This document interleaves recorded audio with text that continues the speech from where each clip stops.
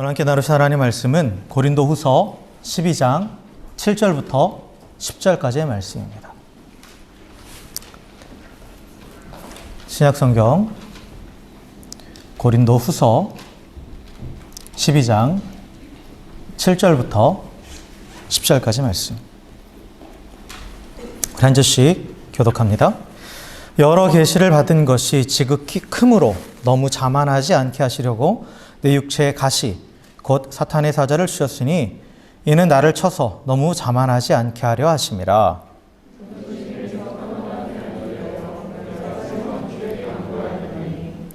나에게 이르시기를 내 은혜가 내게 족하도다. 이는 내 능력이 약한 데서 온전하여 짐이라 하신지라. 그러므로 도리어 크게 기뻐함으로 나의 여러 약한 것들에 대하여 자랑하리니 이는 그리스도의 능력이 내게 머물게 하려 함이라.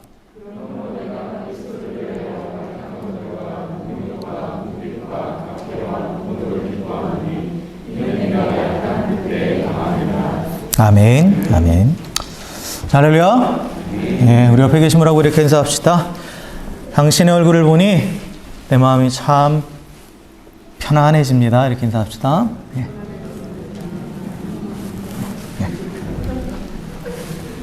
네. 오늘은 이제 한국교회에서는 또 미국교회도 뭐 그렇고요. 추수감사주일로 지키죠. 그죠?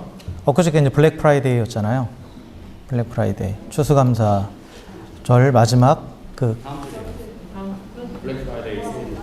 sorry. 헷갈렸습니다. 아직 기회가 있네요. 착각했어요. 아니 맨날 매일이 블랙 프라이데이 오길래 저는 지난주인 줄 알았더니 추수감사 주일 그 주 금요일이 블랙 프라이데이죠. 네, 그렇답니다. 어쨌든 간에 그 달력상으로는 추수감사주일로 돼 있어요. 추수감사주일로 돼 있고, 네. 그리고 물론 이제 우리 교회는 이제 한국에 맞춰서 했죠. 추석에 맞춰서 우린 추수감사주일로 지켰습니다. 그래서 뭐 특별히 우리가 이제 추수감사주일로 오늘 지키는 건 아닌데, 사실 이게 11월 이제 마지막 주, 다음 주가 이제 마지막 주인데 이제 11월 이제 중반 이후에 넘어갔을 때 이 시점을 가만히 보면 이게 어떻게 보면 한 해를 잘 마무리해야 되는 이제 그런 시점이 되지 않았나 싶어요. 오히려 12월이 되면 또 바쁘잖아요. 정신없고 막 연말이 된다라는 또 그런 것에 또 뭐 여기는 특별히 또 휴가들도 있고 뭐 하다 보면 더 정신없이 막 흘러가는 것 같아요. 12월은. 그죠? 그래서 어떻게 보면 지금 이 시점이 한 해를 돌아보면서 또 우리가 좀 이렇게 정리할 수 있는 그런 시간이 아닌가 그런 생각이 듭니다. 그래서 이 한 해가 저물어가는 이 시점에 과연 한 해를 돌아보면서 하나님께서 우리 가운데 어떻게 행하셨는가, 하나님이 행하신 모든 것들, 그걸 또 우리가 하나님의 은혜라고 말하죠.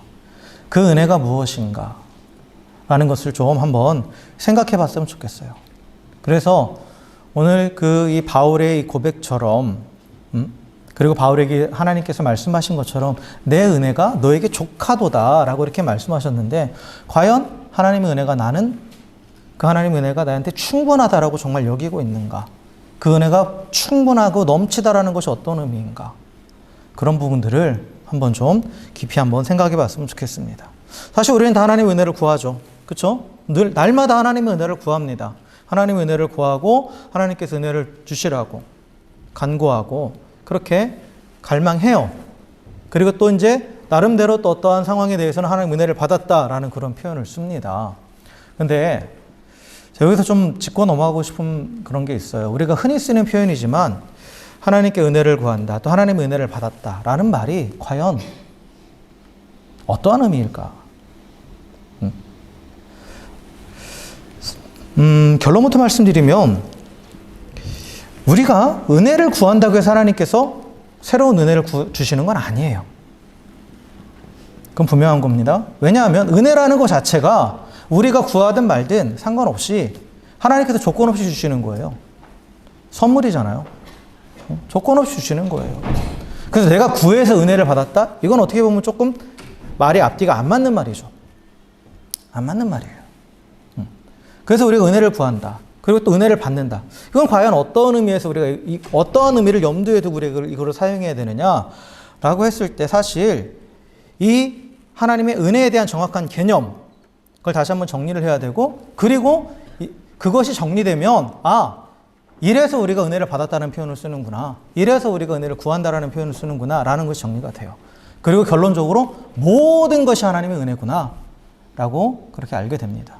그래서 우리가 은혜라는 말 참 좋아하죠. 오늘 그리스 안 왔네. 근데 은혜라는 말 우리가 참 좋아하는데, 은혜는 이제 헬라어로는 헤세드고 히브리어로 헤세드, 헬라어로 이제 카리스죠.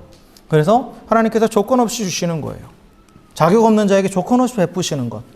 그래서 그게 어떠한 눈에 보이는 물질적인 걸 수도 있고, 또한 우리 가운데 어떠한 일들을 행하시는 것일 수도 있어요. 다양한 형태로 나타나는 거죠, 하나님의 은혜는. 그런데 이 은혜의 정확한 개념을 알기 위해서는 하나님의 사랑으로 우리가 거슬러 올라가는 거죠. 하나님의 성품은 사랑입니다. 그죠? 하나님이 가지고 계신 캐릭터, 그 중요한 캐릭터가 바로 사랑이에요. 근데 하나님이 사랑이시다라고 했을 때 그 사랑이 그냥 개념적으로만 머물러 있으면 우리는 그 사랑을 절대 체감할 수 없죠. 그잖아요. 저 사랑이라는 것은 표현돼야만 알 수 있는 거예요. 그죠? 근데 그 하나님의 사랑이 우리가 표현되는 두 가지 방식이 있다고 그랬죠? 그게 바로 자비와 은혜라고 그랬어요. 자비와 은혜. 그러니까 은혜라는 것은 그냥 동떨어져 있는 것이 아니라 하나님의 사랑의 표현인 거예요. 우리를 향한 하나님의 사랑의 표현이라는 거죠. 그래서 자비 또한 하나님의 사랑의 표현이에요. 그래서 자비는 사랑하시니까 오래 참아주시는 것. 이게 자비고, 또한 은혜는 사랑하시니까 값없이 베풀어 주시는 것. 그것이 어떤 물질적인 것이든 또 삶 가운데 나타나는 어떠한 여러 가지 또한 방법들이든 간에 그러한 것으로 우리 가운데 주시는 것. 그게 바로 은혜입니다. 그래서 우리가 하나님의 은혜를 얘기할 때는 반드시 하나님의 사랑과 연결을 지어야 돼요. 자, 그렇다면 하나님의 사랑, 우리를 향한 하나님의 사랑은 창세전부터 지금까지, 그리고 앞으로 영원토록 변하지 않죠. 그러잖아요. 하나님은 우리가 어머니의 복중에 만들어기 전부터 우리를 아셨다고 말씀하시고 내가 너를 사랑했다라고 말씀하셨죠. 그리고 그 사랑은 영원히 변치 않아요. 영원히 변치 않죠. 그렇다면 하나님의 은혜도 똑같은 거죠. 그 하나님의 사랑이 우리 가운데 영원히 변치 않는다라면 그 하나님의 사랑의 표현 은혜는 계속해서 우리 가운데에 부어지고 있다는 거예요. 계속해서 임하고 있다는 거죠. 그래서 하나님이 우리에게 은혜를 주시지 않은 적은 한 번도 없어요. 어느 한순간도 없습니다. 창세전부터 지금까지 하나님의 은혜를 베풀고 계시고 지금도 은혜를 베풀고 계시고, 그리고 그 은혜는 앞으로도 영원한 거예요. 또한 우리를 향한 그 하나님의 사랑은 절대 부족함이 없죠. 부족함이 없어요. 하나님의 사랑에 대해서 얘기할 때 하늘을 두루마리 삼고 바다를 먹물 삼아도 다 기록할 수 없고 다 표현할 수 없다라고. 그죠? 또한 사도 바울은 그 하나님의 사랑의 깊이와 높이와 넓이와 이것들을 우리가 알기 원한다는데 그건 우리가 다 알 수 없다라는 거죠. 쉽게 말하면. 측량할 수 없어요. 그래서 하나님의 사랑이 우리 가운데에 부어질 때 절대 부족함이 없는 거예요. 그렇기 때문에 하나님의 사랑의 표현인 은혜도 부족함이 없는 거예요. 그래서 여기서 중요한 개념, 우리가 하나님께 은혜를 구한다라고 했을 때 은혜가 부족해서 구하는 게 아니에요. 내가 은혜가 부족하니까 하나님 더 채워주세요 라고 하는 개념에서 구한다라는 게 아니죠. 그래서 하나님의 은혜를 구한다라는 표현은 사실 엄밀히 말하면 잘못된 표현인데, 근데 우리가 그 은혜를 구한다고 했을 때 그것이 의미하는 말은 뭐냐? 하나님이 이미 주신 은혜, 그리고 지금 베풀고 계신 그 은혜, 앞으로 베푸실 그 은혜를 깨닫는다라는 거예요. 깨닫는다라는 거죠. 그러니까 새로운 무언가를 요구한다라는 게 아니에요. 내가 하나님께 은혜를 구하니까 하나님께서 그럼 이전에 없던 새로운 뭔가를 주신다? 이게 아니에요. 이미 내게 베풀어 주신 그 은혜가 깨달아지는 거예요. 알아지는 거예요.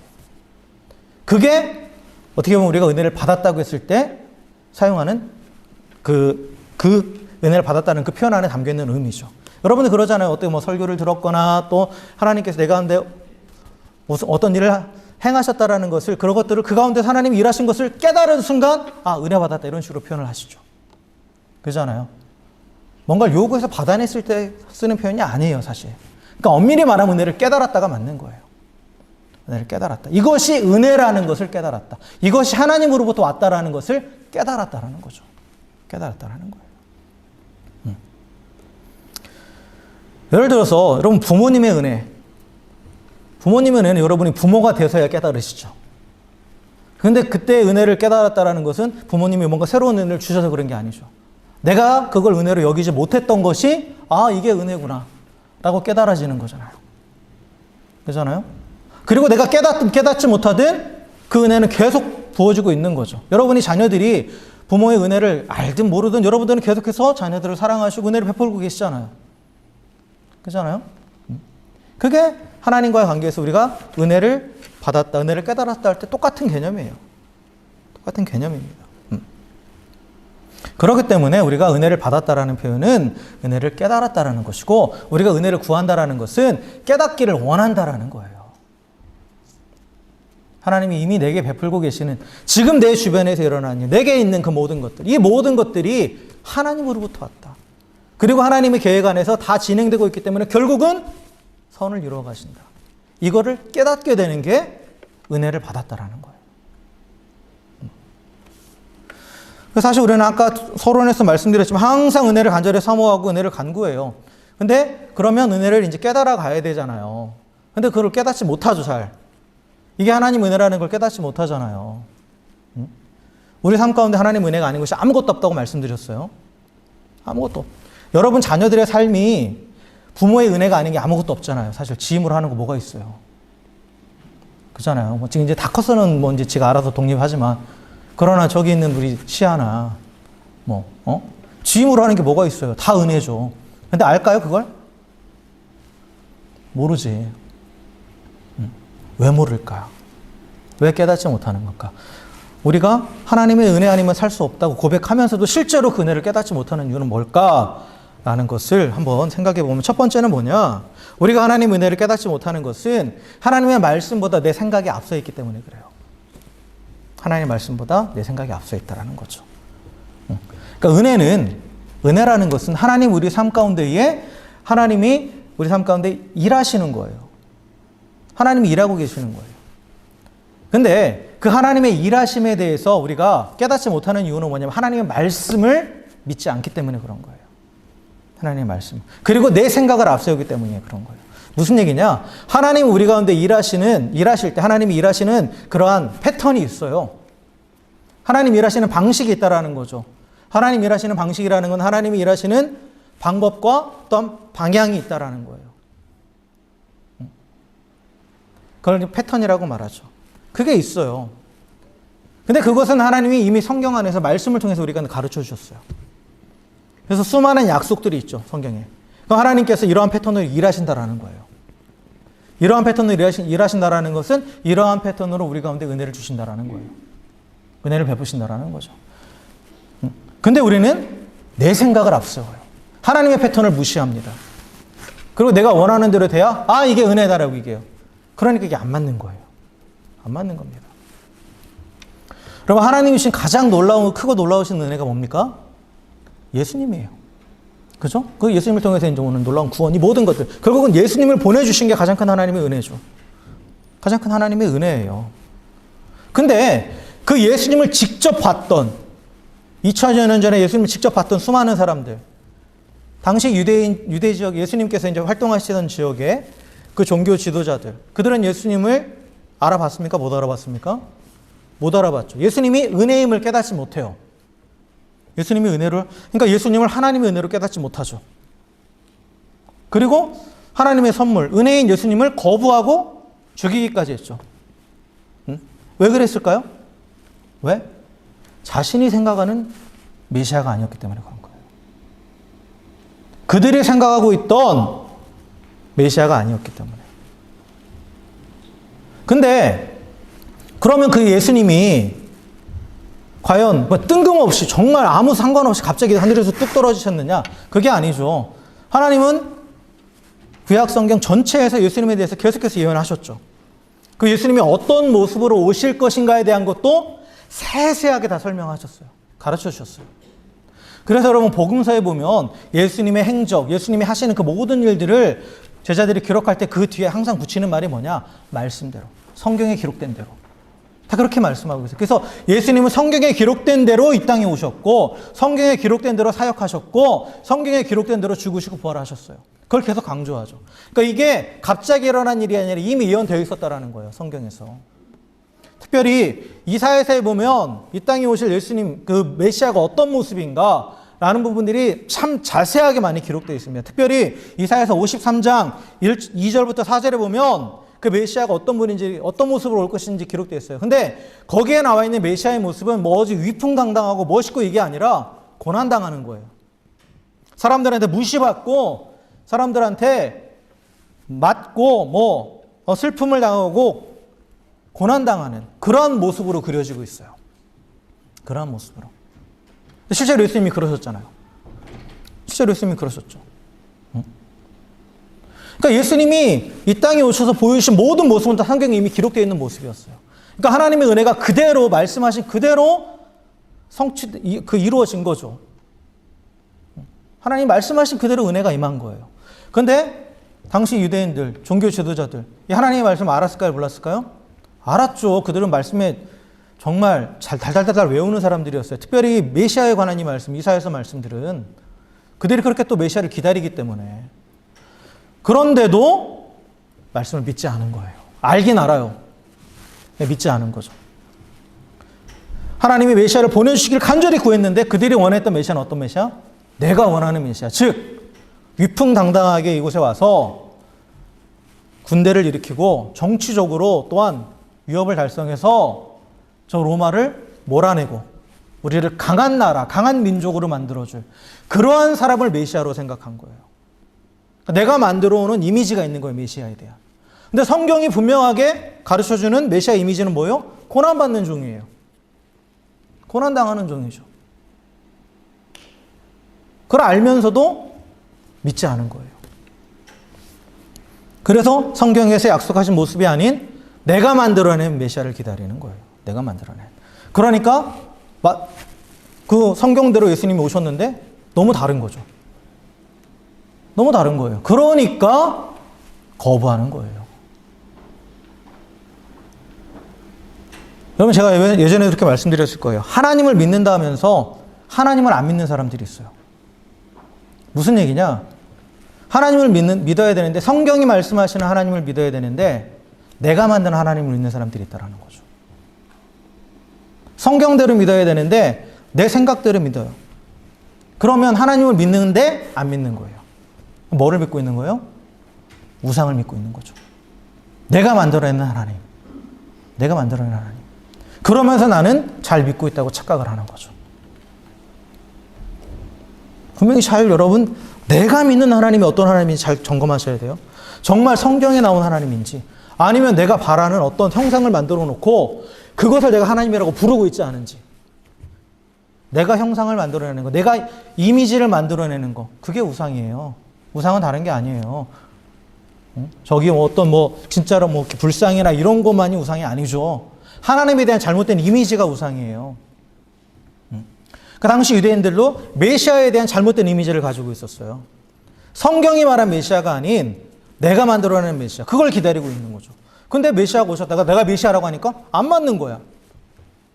그러니까 거부하고 죽여버리는 거죠. 죽여버리는 거예요.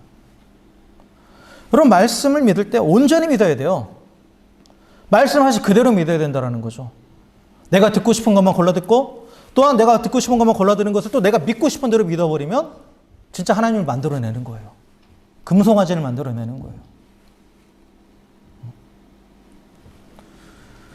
그러면 이 하나님의 말씀, 그 말씀을 온전히 믿지 못하면 이 하나님의 말씀이 곧 우리 가운데 은혜가 임하는 그 패턴인데 하나님께서 역사하시는 패턴인데 그걸 믿지 않으니까 하나님의 은혜가 이미 주어졌음에도 깨닫지 못하는 거죠. 깨닫지 못하는 거예요. 은혜는 하나님께서 주권적으로 일하시는 겁니다. 우리의 삶 가운데 친히 개입하셔서 우리를 사랑하시기 때문에 우리의 삶 가운데 개입하셔서 주권적으로 일하시는 거예요. 그런데 분명히 하나님은 말씀하신 대로 약속하신 대로 일하시는 거예요. 하나님의 패턴이 있어요. 그런데 이 말씀을 통해서 가르치신 하나님의 패턴을 거부하고 내가 원하는 대로 하나님 이렇게 일하세요 라고 하면서 그게 은혜라고 그래야만 그게 은혜라고 생각하는 사람들은 절대 하나님의 은혜를 깨달을 수 없습니다. 나와 하나님의 은혜는 뭔가 관계가 없는 것처럼 그렇게 사는 거죠. 그래서 그리고 오히려 베풀어 주신 은혜조차도 거부하게 되는 거예요. 나중에는 예수님을 거부한 자들처럼 그렇게 될 수 있다는 거예요. 그래서 우리가 이 부분을 항상 경계해야 돼요. 나는 정말 말씀대로 믿고 있는가? 그리고 하나님의 말씀 안에서 하나님의 그 패턴을 계속 발견하려고 애쓰고 있는가? 그래서 우리가 이 하나님의 은혜를 깨닫기 위해서는 말씀 공부해야 되는 거예요. 말씀을 묵상하고 성경 공부도 하고 계속 말씀을 가까이 해야 그 안에서 하나님의 패턴이 보이는 거예요. 일하시는 패턴들이.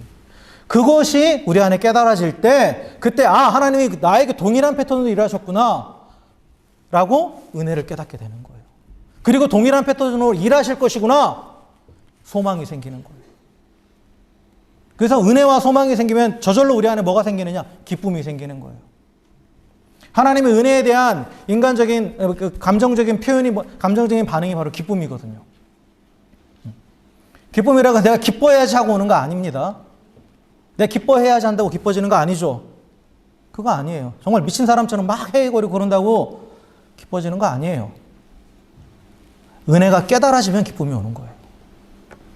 소망이 생기면 기쁨이 오는 거죠. 그래서 그 하나님의 패턴을 깨달아야 되고 그 패턴대로 역사하시는 그 하나님의 은혜를 우리가 그 패턴을 알면 그 하나님께서 그 패턴대로 우리 가운데에 은혜를 베푸셨구나 라는 걸 깨닫게 되는 거예요. 그래서 우리가 기뻐하고 즐거워할 수 있다는 거죠. 그 두 번째로 왜 우리가 은혜를 깨닫지 못하느냐? 이건 첫 번째와 연결되는 거예요. 은혜에 대해서 잘못된 개념을 갖고 있기 때문에 그래요. 자, 은혜라는 것은 하나님께서 우리 가운데에 역사하시고 또 필요한 걸 주시는 것이잖아요. 공급해 주시는 것이잖아요. 근데 우리가 착각하는 것, 잘못된 은혜에 대한 개념은 뭐냐? 내가 원하는 것을 주시는 것. 내가 원하는 대로 하시는 것. 자, 은혜는 뭐라고 그랬어요? 하나님이 뜻하신 대로. 하나님께서 내게 필요하신 것. 내게 가장 좋은 것을 공급해 주시고 이끌어 가시는 게 은혜예요. 근데 우리는 뭐라고요? 내가 원하는 것. 그렇죠? 내가 원하는 방식으로. 그게 은혜라고 착각한다라는 거죠. 이것은 앞에서 말한 말씀을 제대로 모르기 때문이라는 거죠. 하나님의 패턴을 제대로 모르기 때문에 결과적으로 은혜에 대한 개념이 잘못돼 버리는 거예요. 하나님은 우리가 하나님 앞에 구할 때 하나님은 우리에게 무엇으로 응답하신다고 했죠? 제가 기도의 응답은 뭐라고 그랬어요? 우리가 기도할 때 하나님이 주신다고 그랬잖아요. 주세요. 기도하는 거. 근데 뭘로 주시는 거예요? 기도의 응답은 뭐라고 그랬어요? 좋은 것을 주시는 거라고 그랬죠. 좋은 것. 내가 원하는 게 절대 아니에요. 여러 차례 말씀드렸죠. 여러분 자녀들이 원한다고 다 주는 거 아니죠. 좋은 것만 주시잖아요. 좋은 것만 먹이고 좋은 것만 입히고 좋은 것만 보게 하고 그렇게 하시잖아요. 원한다고 다 줘요? 응?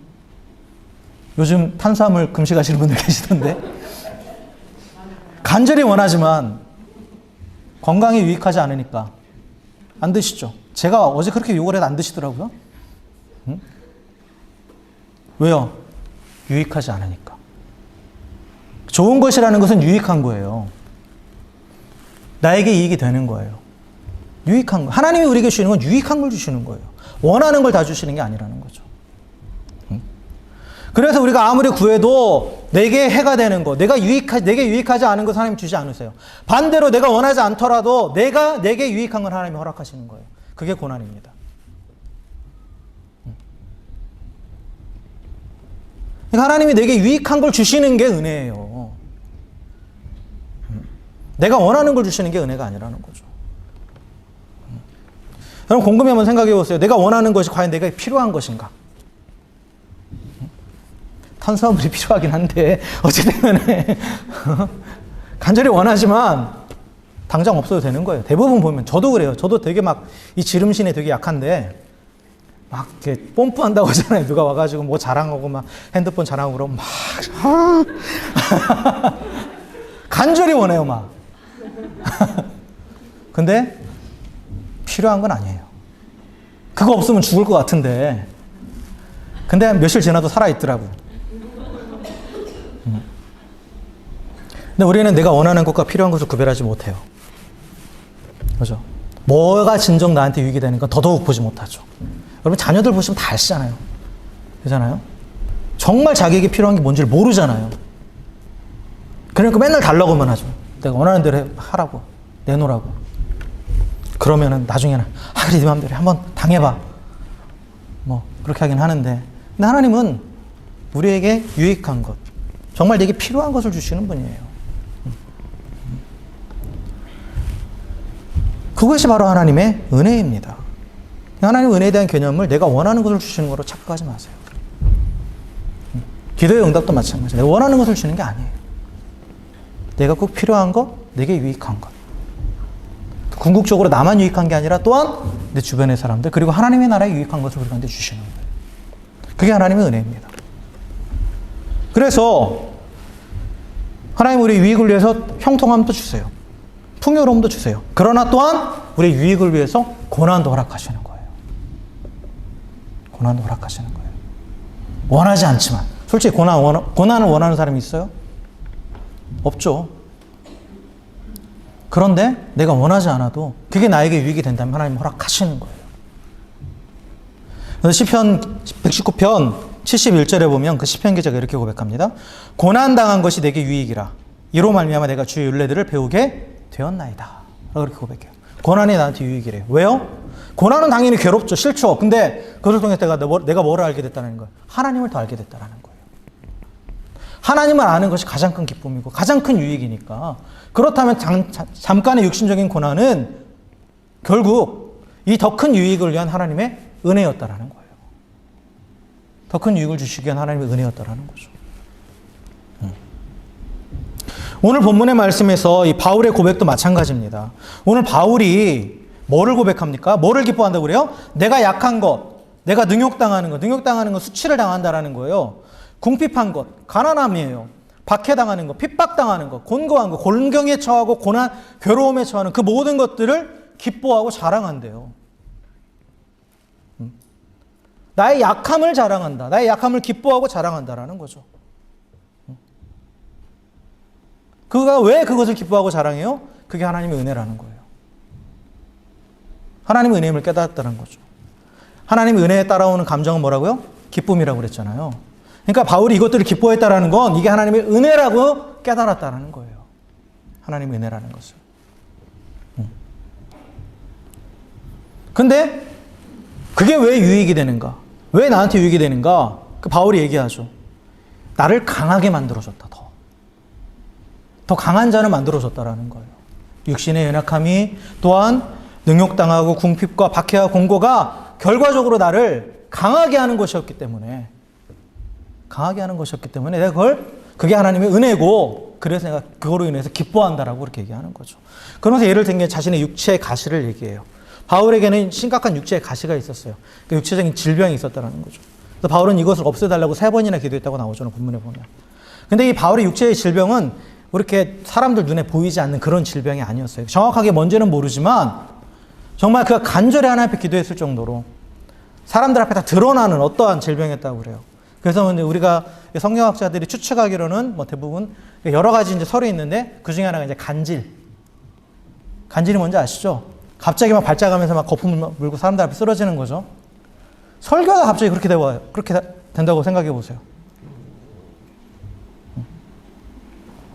얼마나 이게 보는 사람들도 당황스럽고 본인은 또 얼마나 괴로웠겠어요.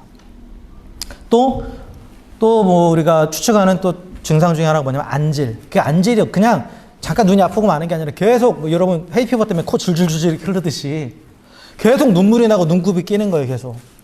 제가 여기 앞에서 계속 눈물을 흘리면서 눈곱 낀 상태로 설교한다고 생각해 보세요. 그러면서 하나님 여러분을 치유하십니다. 이렇게 얘기한다고. 그래놓고 저는 쓰러져 버리고. 은혜가 되겠어요? 은혜가 되겠어요, 그게?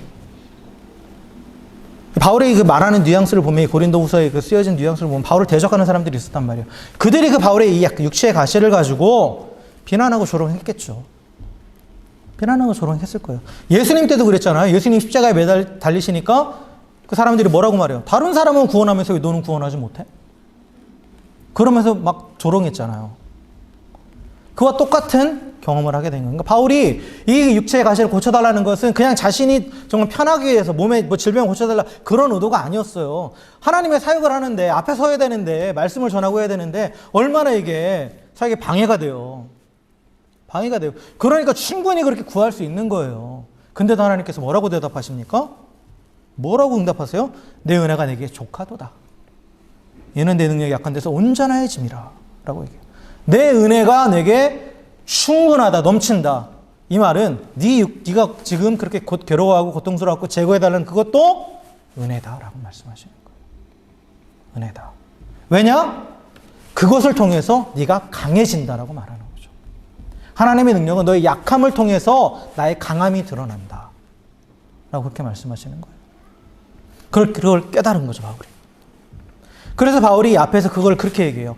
나를 교만하지 않게 하시려고 하나님께서 내 육체의 가시를 허락하셨다. 여러분, 우리는 인간이 우리가 한데 어떤 약점들이 있잖아요. 나의 약함이 있잖아요. 그 약함을 통해서 우리는 나의 한계를 깨닫게 되는 거죠. 그렇죠? 그럼 자신의 한계를 깨달은 사람은 하나님을 의지합니다. 그러나 자신의 한계를 깨닫지 못하는 사람은 교만해져요. 내가 다 할 수 있다고 생각하고 자신의 강함을 자랑하게 되죠. 그런 자들은 하나님을 의지하지 않습니다. 그런데 결국 그 스스로 내가 이런 것 때문에 강하다고 생각했던 그런 육체의 건강이나 여러 가지 스펙이나 이런 것들은 결국 시간이 지나면 다 사라지죠. 그럼 남는 건 아무것도 없어요. 결국은 스스로 강하다고 생각했던 그 사람은 어떻게 돼요? 가장 약한 자가 돼요. 그러나 자신의 한계를 깨닫고 나의 약함을 인정하고 하나님을 의지했던 자들은 그 안에 계속해서 하나님의 능력이 임하죠. 그러니까 계속 강해지는 거예요. 바울은 그 원리를 깨달은 거예요. 나의 약함이 오히려 하나님의 강함을 드러내는 거야. 그래서 내가 하나님 안에서 더욱더 강한 자가 되는 것이구나. 그렇기 때문에 내 육신의 이 가시는 비록 보기에 흉하고 정말 어떨 때는 덕이 안 되는 것 같고 은혜가 안 되는 것 같지만 어떻게 보면 저주처럼 느껴지지만 그래도 사단에 이렇게 가시라고 써 있잖아요. 그러나 궁극적으로는 그게 은혜구나. 나를 교만하지 않게 해서 하나님 안에서 또 강하게 만들어주는 나에게 유익한 은혜구나 라고 그걸 깨달은 거예요. 그러니까 그 뒤에 그 깨달은 뒤에 뭐가 온 거예요? 기쁨이 찾아오는 거예요. 하나님의 은혜를 깨달으니까. 그리고 그걸 자랑하게 되는 거죠. 똑같은 원리로 능욕받는 것도 궁핍함에 처하는 것도 박해받는 것도 공고함에 처하는 것도 다 나를 유익하게 한다. 나를 하나님 은혜에서 강하게 만드는 거구나. 하나님 안에서. 그래서 그것들로 인해서 기뻐하고 그걸 자랑한다라고 그렇게 고백하는 겁니다. 그래서 이 바울의 고백에 의하면 하나님 은혜가 아닌 것은 아무것도 없는 거예요. 우리가 가지고 있는 상황들, 우리가 처하고 있는 환경들, 정말 때로는 너무 싫고 이것 때문에 내가 죽을 것 같고 그런 상황이라 할지라도 하나님이 허락하셨다라는 것은 다 우리에게 필요하기 때문에 허락하신 거예요. 유익하기 때문에. 여러분, 하나님의 사람은 하나님이 그 사람을 붙잡고 이끌어 가시는 줄 믿으시길 주의 이름으로 축원합니다. 그렇기 때문에 하나님 손 안에 있어요. 그렇기 때문에 이 하나님의 손 안에서 겪게 되는 여러 모든 것들, 특별히 고난으로 대변되는 내가 원하지 않는 그 모든 상황들 하나님 막으실 수 있을까요? 없을까요? 있어요. 근데 왜 하나님 막지 않으시는 거예요? 유익이 되니까. 그것이 우리에게 유익이 되니까. 그러니까 하나님 막지 않으시는 거예요. 허락하시는 거예요. 그래서 고난을 허락한다라는 표현을 쓰죠. 하나님이 일부러 고난을 만들어내시는 건 아니에요. 예전에 그 말씀 드렸죠. 그러나 이 땅 가운데 살아가면서 우리가 필연적으로 겪게 되는 세상으로부터는 악함들, 그런 것들이 우리가 고난으로 다가오는데 하나님 분명히 다 막으실 수 있지만 허락하신다라는 거예요. 그게 유익하니까, 때로는. 그게 유익하니까.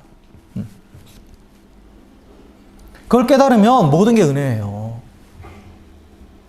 육신의 질병도 은혜고요. 또한 때로는 우리가 겪게 되는 실패도 은혜가 되는 거예요. 원하지 않죠, 사실. 그러나 여러분들 인생을 이제 오래 살아오신 분들 뒤돌아 한번 보세요. 내 인생에서 내가 실패라고 생각했던 그 순간들이 지금 내게 어떻게 작용했나. 대부분은 그게 하나님의 은혜였다고 고백을 하죠. 그 순간은 모르지만. 그게 있었으니까 지금 내가 여기까지 올 수 있었다. 지금 내 모습이 있었다. 저도 마찬가지예요. 제 인생에 정말 암흑기라고 생각하는 그런 시기가 있었어요. 근데 돌아보니까 그게 없었으면 지금의 제가 없어요. 물론 지금의 제가 이렇게 막 이건 아니지만 제 스스로 생각하기에는. 그러니까 바울이 이 고백이 하나님의 은혜를 깨달은 자의 고백이고 동일하게 또한 우리의 고백이 되어야 된다는 거죠. 하나님 은혜가 아닌 것은 아무것도 없어요. 하나님 우리에게 좋은 것을 선물로 주십니다. 그렇죠? 그게 바로 은혜라고 했어요. 근데 은혜는 우리를 유익하게 하는 거라고 했잖아요. 근데 아까 유익하다라는 것은 어떤 목적이 있는 거죠. 어떤 목적에 맞게 유익한 거죠. 그러니까 하나님의 일하시는 패턴 안에 하나님의 방향이 있다고 그랬어요. 패턴이라는 건 방식, 방향과 방법이잖아요. 그러니까 방향성, 목적이 있다라는 거예요. 그러니까 하나님이 우리를 향한 어떤 목적이 있는데 그 목적에 유익하니까 하나님께서 우리 가운데 허락하시는 거예요. 여러 가지 것들을. 그걸 은혜로 주시는 거예요. 하나님 우리를 가지고 계신 궁극적인 목적은 뭡니까? 구원이에요. 구원. 그래서 구원이라는 것은 일회적인 이벤트가 아니라고 그랬죠. 과거에 한 번으로 끝나는 게 아니라 우리를 죄와 사망의 권세에서 건져내셔서 구원하셔서 지금도 날마다 우리를 또한 구원하고 계시고 또한 장차 영원한 하나님의 나라에 들어가서 구원의 완성을 향해 나아가게 하시는 거죠. 그 구원의 과정과 구원의 완성을 향해 나아가게 하는 그 안에서 필요한 모든 것들을 하나님께서 은혜를 주시는 거예요. 그래서 우리의 구원에 유익한 거예요. 그리고 궁극적으로 구원된다, 구원의 완성이다라는 건 뭐냐? 우리가 예수님처럼 되는 거예요. 그러니까 여러 가지 상황들을 통해서 우리가 예수님처럼 변해갈 수 있는 그 모든 것들을 하나님께서 허락하시는 거죠.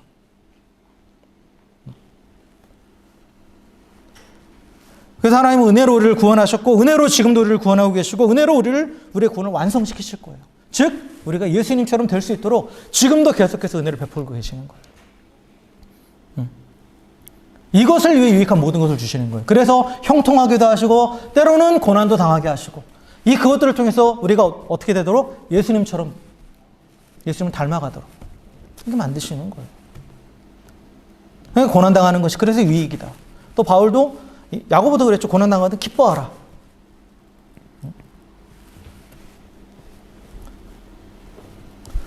그래서 하나님은 우리의 구원을 위해 유익한 걸 모두 주셨어요. 이미 예수님도 보내주셨고 그리고 우리가 그 구원의 완성을 향해 나갈 수 성령님도 보내주셨고 그 가운데 형통함도 주시고 고난도 허락하시는 거예요.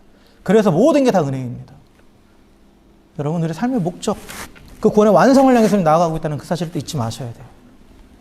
그 모든 것이 유익한 걸 하나님은 우리 가운데 계속해서 은혜로 베풀고 계십니다. 말씀을 정리하겠습니다. 하나님의 은혜는 모든 사람에게 임하지만 그러나 그 은혜를 깨닫고 누리는 사람은 소수예요. 예수님 오셨을 때도 그걸 깨달은 사람들은 소수였죠.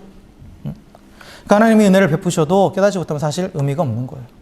계속 불평과 불만 가운데 살아가는 거죠. 기쁨이 없이. 그런데 은혜의 개념을 바로 알고 그 약속의 말씀을 온전히 믿으면 지금 내게 일어나는 모든 일들, 내가 처한 모든 상황들, 이 모든 것들이 내게 주신 하나님의 은혜라는 사실을 우리는 깨닫게 됩니다. 깨닫게 되는 거예요. 그래서 우리는 사실 기도할 때 하나님 내게 은혜가 부족하니까 은혜를 주세요라고 기도할 게 아니라 하나님은 이미 충만하게 부어졌다고 그랬어요. 넘치도록. 우리가 기도해야 될 건 뭐냐? 우리의 눈을 열어서 하나님의 은혜를 보고 깨달을 수 있도록. 그걸 위해서 기도해야 되는 거예요. 그럴 때 그 은혜가 깨달아질 때 기쁨이 오는 거죠. 그럼 우리가 어떻게 하면 하나님의 은혜를 보고 깨달을 수 있느냐? 에베소 교회를 향한 바울의 기도 안에 그 답이 있습니다. 에베소 1장 17절부터 19절에 보면 바울이 이렇게 기도합니다. 에베소 성도들 위해서 하는 기도예요. 우리 주 예수 그리스도의 하나님 영광의 아버지께서 지혜와 계시의 영을 너희에게 주사 하나님을 알게 하시고 너희 마음의 눈을 밝히사 그의 부르심의 소망이 무엇이며 성도 안에서 그 기업의 영광의 풍성함이 무엇이며 그의 힘의 유력으로 역사하심을 따라 믿는 우리에게 베푸신 능력의 지극히 크심이 어떠한 것을 너희로 알게 하시기를 구하노라 라고 말하죠. 바울이 이 에베소 교회 성도들에게 구하는 건 뭐냐? 다른 이 모든 것 한마디로 말하면 하나님의 은혜가 너에게 얼마나 풍성한지 하나님의 은혜가 얼마나 크신지 그 하나님의 은혜를 너희들이 깨닫기 원한다. 그런 기도의 내용이에요. 근데 이것을 위해서 에베소 교회의 성도들에게 하나님께 무엇을 달라고 구하냐? 지혜와 계시의 영, 성령이에요. 성령 충만함을 구하는 거예요. 성령께서 충만하게 임하시면 마음의 문이 열린다라는 거죠. 그래서 하나님이 이미 우리 가운데 주신 그 은혜가 이 상황들이 은혜로 깨달아지는 거예요. 은혜로 깨달아지는 거죠. 그 은혜가 얼마나 크고 풍성한지 알게 된다는 거예요. 나는 고통이라고 생각하고 나는 정말 지워버리고 싶은 기억이라 할지라도 그것이 하나님의 은혜였다는 걸 깨닫고 그 가운데 하나님의 사랑이 얼마나 큰지 그걸 알게 하신다라는 거예요. 이를 위해서 우리가 기도해야 된다는 거죠. 성령의 충만함을 구하라는 거예요. 그러면 모든 것이 은혜임을 깨닫게 된다는 거죠. 그러면 자연스럽게 기쁨이 오고 평안이 오는 거예요. 그리고 또한 미래에 대한 소망이 생기는 거죠. 근데 모든 것이 하나님 주신 은혜임을 깨닫지 못하면 상황과 환경에 따라서 어떨 때는 뭐 잘 되니 내가 원하는 대로 되면 기뻐하다가 또 좀 안 되면 막 낙심하고 낙마하고 그러다가 뭐만 결국 어떻게 되면 만족이 없어요. 불평만 남는 거예요. 그래서 예수 믿는데도 기쁨이 없는 거예요. 예수 믿으면 뭔가 잘 된다고 하는데 그에 대한 개념이 잘못되어 있는 거죠. 성령께서 우리의 눈을 여셔서 모든 것이 하나님의 은혜임을 깨닫게 되면 바울처럼 상황과 환경을 초월해서 항상 기뻐할 수 있습니다. 그리고 남들이 보면 저런 고난의 상황도 그걸 자랑하게 되는 거예요. 오히려. 자랑하게 되는 거죠. 그래서 상황과 환경에 매이지 않게 되는 거예요. 그래서 그게 진정한 자유죠. 상황과 환경에 매이지 않는 그런 자유함을 누리게 되는 겁니다. 사랑하는 성도 여러분, 하나님 오늘 각 사람 한 사람 한 사람의 삶의 자리 가운데서 항상 넘치도록 은혜를 베풀고 계시다는 사실을 믿으시기를 주의 이름으로 축원합니다. 그래서 항상 성령이 충만하여서 하나님께서 우리의 모든 삶의 자리에서 우리의 구원의 완성을 위해서 은혜를 베풀고 계심을 볼 수 있는 우리 모두가 되기를 다시 한번 주의 이름으로 간절히 축원합니다. 그래서 바울처럼 형통할 때뿐만 아니라 뭔가 내 생각대로 될 때뿐만 아니라 모든 어떤 고난의 상황에서도 그것이 또한 나의 구원을 위한, 구원의 완성을 위한, 즉 예수님을 닮아가게 하기 위한 유익한 것, 곧 하나님의 은혜임을 깨닫고 기뻐할 수 있는 우리 모두가 되길 주의 이름으로 축원합니다.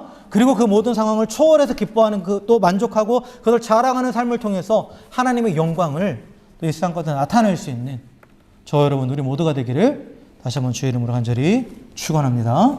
함께 기도하겠습니다.